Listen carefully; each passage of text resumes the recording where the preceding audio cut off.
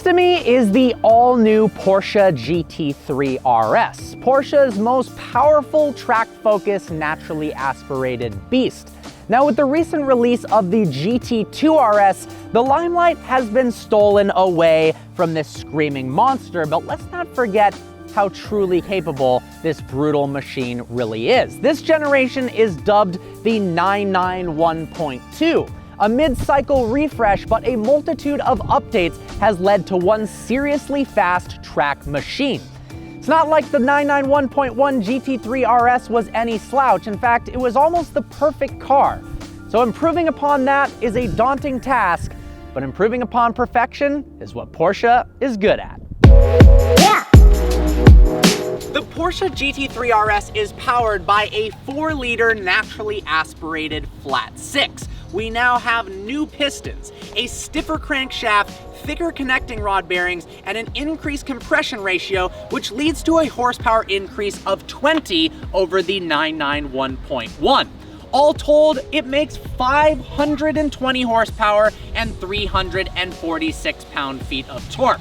But the most incredible statistic is the red line has been increased from 8,800 to 9,000 RPMs. That's right, the GT3 RS now revs to 9,000. The GT3 RS is now fitted with a fully titanium exhaust that screams louder and harder than almost any car out there. Now, the GT2 RS is faster, but the GT3 RS sounds so much better, so much more savage, costs $106,000 less, that it really does start to make a strong case for itself. I've got to give a special thanks to the owner of this vehicle, Fifth Gear and Up. I've got a link to his YouTube channel in the description below. The front of the GT3 RS looks very similar to the last generation. However, there have been a host of aerodynamic upgrades. For instance, in the lower bumper, the slats now shoot outwards instead of inwards, giving it a flatter, wider look. The LED strips here are actually fully contained inside of the brake cooling ducts instead of sticking out, and the lower splitter is larger for more downforce. Most notably, however, are the presence of NACA ducts on the hood of the GT3 RS, similar to the GT2 RS. It's actually the single easiest way to identify a new generation GT3 RS over the old one. Now, NACA stands for the National Advisory Committee of Aeronautics. It's actually the predecessor to NASA. These vents are typically only found on aircraft and race cars. They're extremely efficient, low-drag vents that don't actually aid to any drag as the air passes over them. Now, what are they for? They're actually, surprisingly enough, even though they're located on the hood, are for cooling the brakes. So air travels over the car in here and down into the brakes. If you actually pop the front trunk, you can see the ducting lead right there. In the front, we have the GT3 RS's signature fender vents. They've been enhanced in size, so much so that you can actually see them when you're driving the car. What do they actually do? Well, when the car is traveling at high speeds, turbulent air gets bound up underneath the fender. Now, if the turbulent air has no place to escape, it actually creates lift, which reduces the effect of downforce. This allows the air to escape, aiding that downforce. Now, take a look at these brakes. Standard are 15-inch rotors, 6 pistons in the front and 4 pistons in the rear. But these are the optional $9,100 carbon ceramic units that are 16.1 inches in the front and 15.4 inches in the rear. Stopping power is not a problem. You'll notice on the side of the GT3 RS, there is a massive intake vent. Now, typically, this is the easiest way to spot a 911 turbo model. So why is it on a GT3 RS, considering the fact that it's naturally aspirated and not turbocharged? Well, it actually shares the same wide body shell as the 911 turbo, only in this case, the air does not feed the intercoolers, it goes straight into the intake manifold.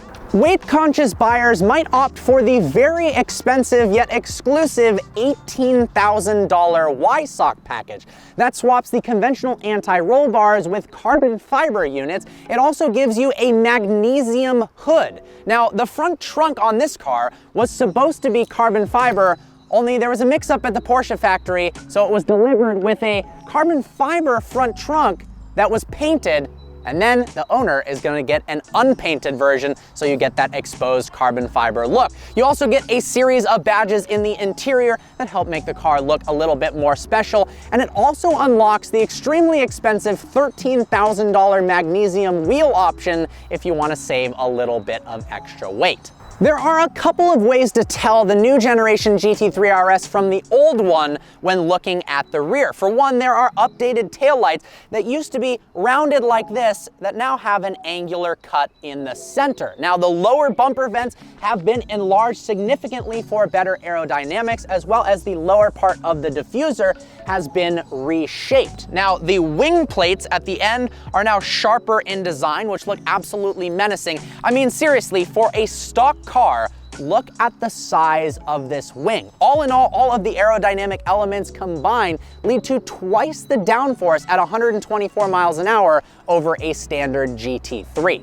The interior of the GT3 RS has remained relatively unchanged, although we do have this beautiful perforated Alcantara that looks fantastic in this lizard green color, especially with the same color matching seatbelts. And of course, the green Weissach RS insignia sewn into the seat back here. Everything is simplistic and driver focused. There aren't too many buttons. Everything is meant to be fast and light. Speaking of light, the door handles themselves aren't actually handles. They are straps that you pull on to release the door. The seats themselves are these incredible carbon fiber expensive buckets, and they aren't power adjustable. They are manually adjustable, once again, in the name of saving weight, but they grip you in place so well. We've got a host of buttons here to put the transmission into sport mode, as well as the suspension setup. We've got various traction controls, active exhaust, and there is a nose lift. This thing is so easy to get in and out of steep inclines. The nose lift helps tremendously with that, and compared to other supercars, especially compared to vehicles that are able to do lap times like this, it's one of the most practical and easiest to get in and out of steep inclines. We've also got a nice multimedia system here. It's actually touchscreen, which is kind of rare in these days in supercars. Relatively easy to use. We've got various hard keys below that. Then in the center, we have an array of dials. We've got 5 different dials, 4 of which are analog in typical Porsche fashion. They haven't gone to full digital yet for the Speedo and Tachometer, and I quite like that. It feels like it breathes that racing heritage. Right in the center is that massive tachometer that revs all the way out to 9,000 RPM. The tachometer is the biggest dial there, and then we've got, oh yeah, okay, there's a Speedo, so you can see how fast you're going, but it's not really as relevant. Beautiful Alcantara steering wheel with green contrasted stitching and carbon fiber paddles for the PDK gearbox. But what you really care about is not the interior, but how this car actually drives. So let's go ahead and start it up. Switch the key on the left side. And that flat 6 fires up. The second that the engine turns on, you feel the vibrations throughout the cabin in a way that makes you feel alive. You feel this just nice tingling. It's exciting.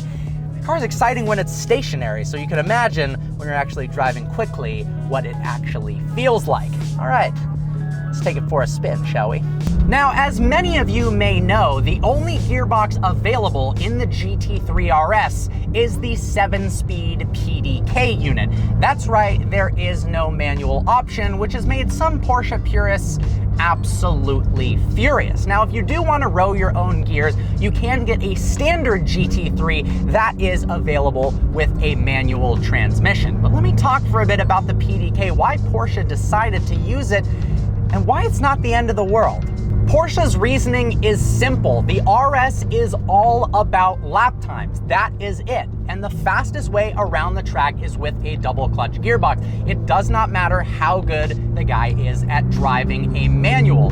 And the PDK is such a good gearbox that it actually adds to the experience instead of subtracting. I know you think it's not going to be quite as engaging or involving, but it actually is. Now, in normal mode with the transmission, the shifts are nice and smooth and you don't really feel them. It's pretty easy to drive around town. Everything happens seamlessly, kind of in the background. Then you shift it into PDK's Sport and things liven up quite a bit. If you're hard on the gas, the car holds the RPMs much higher and doesn't shift until near redline. And then when you're hard on the brakes, it actually automatically downshifts for you in a violent fashion. But where you really want to be is over into manual mode to flick the paddles yourself. We've got direct gear ratios. The shifts happen in milliseconds. It's literally telepathic. The second you're thinking of downshifting, the car already has.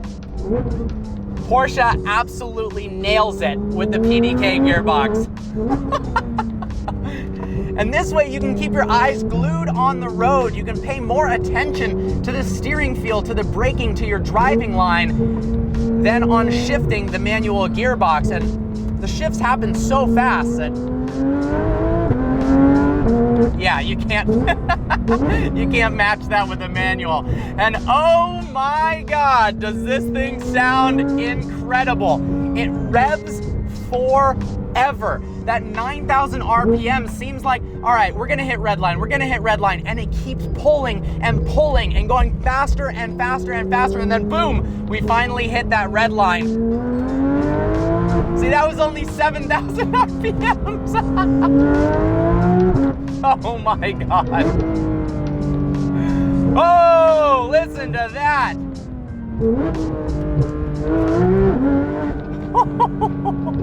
We have GT3 cup headers on this thing, and then a custom straight pipe exhaust. So it isn't stock, but even the standard GT3 RS with its titanium exhaust sounds absolutely tremendous. The driving experience that the GT3 RS offers is unbeatable. It is the purest, rawest form of driving. It's naturally aspirated. You feel so connected to every inch of the road. When the car is in sport mode for the suspension, it rides very, very hard. Porsche says it's actually only meant for the racetrack, but you know what? We're gonna pretend this is a racetrack because we don't have one readily available. But the responsiveness of the chassis over bumps and through corners is unbelievable. The lack of body roll is sensational. It just inspires so much confidence behind the wheel that you want to push the car a little bit farther, farther, and farther. The levels of mechanical grip for a rear-wheel drive car is astounding. Of course, we've got all of those aerodynamic elements helping push the car downwards for added downforce. Oh, it is intoxicating. Now, let's talk about the steering. This has one of the best, if not the best, steering feels of any modern day car. The turn-in is as instant as it gets. And you can feel that connection between the road, the tires, the steering wheel, and your hands in a way that just makes it so pleasurable and fun to drive. You actually feel like you're driving the car. And in today's day and age, with so much deadened feedback and so much luxury and added weight, it's such a rare thing. The car feels so incredibly nimble. The steering has been increased in speed over the last generation. And with the rear axle steering system, electromechanical adjustments are made at each rear wheel to change the steering angle based on steering position as well as speed and direction. At low speeds, the rear wheels turn in the opposite direction of the front wheels to effectively shorten the wheelbase and make the car feel and be more nimble around corners. You really get that initial turn in a satisfying way. It's unfreaking believable. Then at high speeds, let's say you're making a pass on the racetrack or you're making a long sweeping turn, the wheels actually turn in the same direction as the fronts, which effectively enhances the wheelbase for more stability and control in those higher speed ranges. It's really magic, but it adds together to create a sublime driving experience. It's honestly like cutting through butter with a hot scalpel. That's what driving a GT3 RS through tight, twisty roads feels like. The RS's suspension has been altered as well. All of the rubber bushings in the suspension have been replaced with metal ball joints for a much firmer connection between the car's body and suspension. The actual ride spring rate has been increased significantly as well, but interestingly enough, at the same time, the roll rate has been reduced by using softer anti-roll bars. All of this has been recalibrated with the dampers, resulting in a finer tuned suspension than before. One that's reliable, one that also is comfortable, and one that is incredibly fast around corners. It's interesting, there aren't all that many differences between the 991.1 and 991.2 GT3 RS, but all of the little minute changes add up to an incredible difference on the track. Let's take the Nürburgring, the green hell, the ultimate expression of a long, arduous racetrack. This generation of GT3 RS was able to lap the Nürburgring 24 seconds faster than the previous GT3 RS. Now remember, the GT3 RS was incredibly quick. This only has 20 more horsepower and some revamped rear axle steering and suspension changes and knock-a-ducks. 24 seconds faster. In fact, its Nürburgring time is under 7 minutes, which is an incredible feat in its own right for any car, let alone one that has 520 horsepower, especially let alone a car that starts at $188,000. 6 minutes, 56.4 seconds. That is 0.6 of a second faster than Porsche's own hypercar, the 918 Spider, which now sells for well over $1 million. Other cars in its company, the Aventador SVJ, a $600,000 car. The GT3 RS costs over 100 grand more than this. The Performante, over 100 grand more than this. And the 918 Spider and the McLaren P1. That is some incredible company for a car that really could be driven every single day. Now, when I say this car could be driven every single day, I mostly mean because of Porsche's reliability. This car can be driven hard, tens of thousands of miles on track, and with proper maintenance, everything will be okay. These are tried and true, and while the engines are high strung, they do last a long time, and you have that German reliability, more so than if you pushed similar its competitors just as hard.